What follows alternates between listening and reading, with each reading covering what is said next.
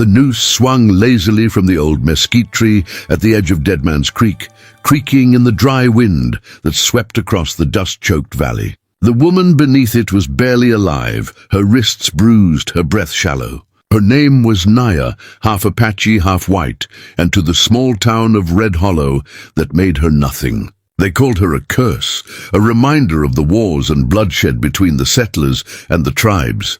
When a rancher's barn burned mysteriously one night, they needed someone to blame, and Naya, with her dark eyes and wild hair, was easy prey. Sheriff Boone didn't even wait for a trial. "A half-breed don't deserve the Lord's justice," he'd said, tightening the rope with his own hands. By sunrise, the town had gathered, faces twisted with hate and fear. Children stood on their fathers' boots to see, women whispered prayers, and men spat tobacco into the dust. "Let her swing," someone shouted. Naya said nothing. Her eyes, even as the rope brushed her neck, were full of quiet fire, defiance that refused to die. When they kicked the stool, her body jerked violently, and the desert fell silent except for the wind. But fate had other plans. From the ridgeline above, a lone rider had been watching. His name was Colton Hayes, a weathered rancher with eyes that had seen too much loss. He'd fought the Apaches once, years ago, but had come to hate the killing.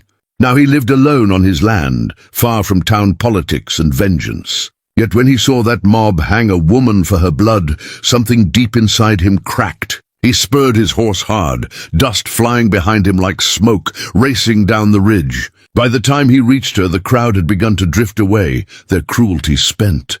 Naya hung limp, her body swaying gently in the wind, but her fingers twitched. She was still alive. "Damn fools," Colton muttered, cutting the rope with his hunting knife. Her body fell into his arms, light as a child's. He laid her gently in the dust, pressing his ear to her chest. A heartbeat, faint but there. Without a word, he lifted her onto his horse, wrapping her in his worn coat, and rode away toward the horizon. Behind him, the wind erased the mob's footprints, as if the land itself refused to remember their sin. That night, under the dim lantern glow of his cabin, Colton nursed her back from the edge of death. He poured water over her cracked lips, cleaned her wounds, and spoke softly, not to her, but to the ghosts that haunted them both. "You're safe now," he said, though he wasn't sure it was true. Red Hollow wouldn't forget this. By morning, word would spread. The rancher had saved the half-blood witch. The men who had stood under that tree would come for her again. But Colton didn't care. For the first time in years, he felt alive, felt purpose. As dawn broke, Naya stirred, her eyes fluttering open. She saw the man beside her, rough, scarred, but kind. Her voice cracked when she whispered, "Why?" Colton looked at her for a long moment, then said quietly, "Because no one deserves to die for who they are. And because from now on, you're mine to protect." The desert wind howled through the valley, carrying with it a new story, one that would shake Red Hollow to its core. Days turned into weeks as Naya healed under Colton's care. She spoke little at first, haunted by nightmares of the noose and the hateful faces that watched her die. But slowly, her spirit returned. She began tending his horses, mending his clothes, and even smiling when he teased her stubbornness. Colton found himself drawn to her quiet strength. She wasn't broken.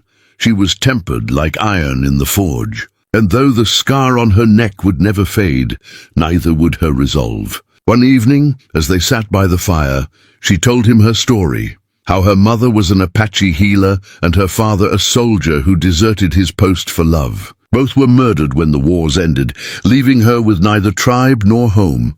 "I was too white for the Apache," she said, "and too Apache for the whites." Colton's jaw tightened. "You got a home now," he said simply. But peace doesn't last long in the West. One morning, smoke rose on the horizon, riders coming fast. Red Hollow's men, armed and shouting, had found her again. They rode into the ranch like a swarm, rifles gleaming, shouting for her blood. "Bring her out, Hayes!" Sheriff Boone's voice boomed. "You're harboring a witch and a traitor!" Colton stepped out onto the porch, his Winchester leveled steady. "Ain't no witch here," he said. "Just a woman wronged by cowards." The sheriff spat. "You'd fight your own town over her." Colton didn't blink. I'd fight the whole damn world. Gunfire cracked the silence. The fight was short but fierce. Colton's skill and Naya's quick thinking turned the tide. When the dust settled, Boone lay wounded, and the others fled, shame heavy on their faces. Colton turned to Naya, breathing hard, a bullet grazing his arm. She ran to him, eyes wide with tears, pressing her hands to the wound. "You shouldn't have done that," she whispered. "I already told you," he said with a faint smile. "You're mine." Weeks later, Red Hollow changed. Folks began to whisper not about the hanging, but about the rancher who defied the mob, and the woman who survived death itself. Naya stood taller now, free beneath the open sky, her scars a mark of pride, not shame. She and Colton worked the land together, side by side, bound by something deeper than blood, something born in fire and forgiveness. And sometimes, when the sun dipped behind the mesas, she'd touch the rope scar on her neck and whisper, "The land remembers."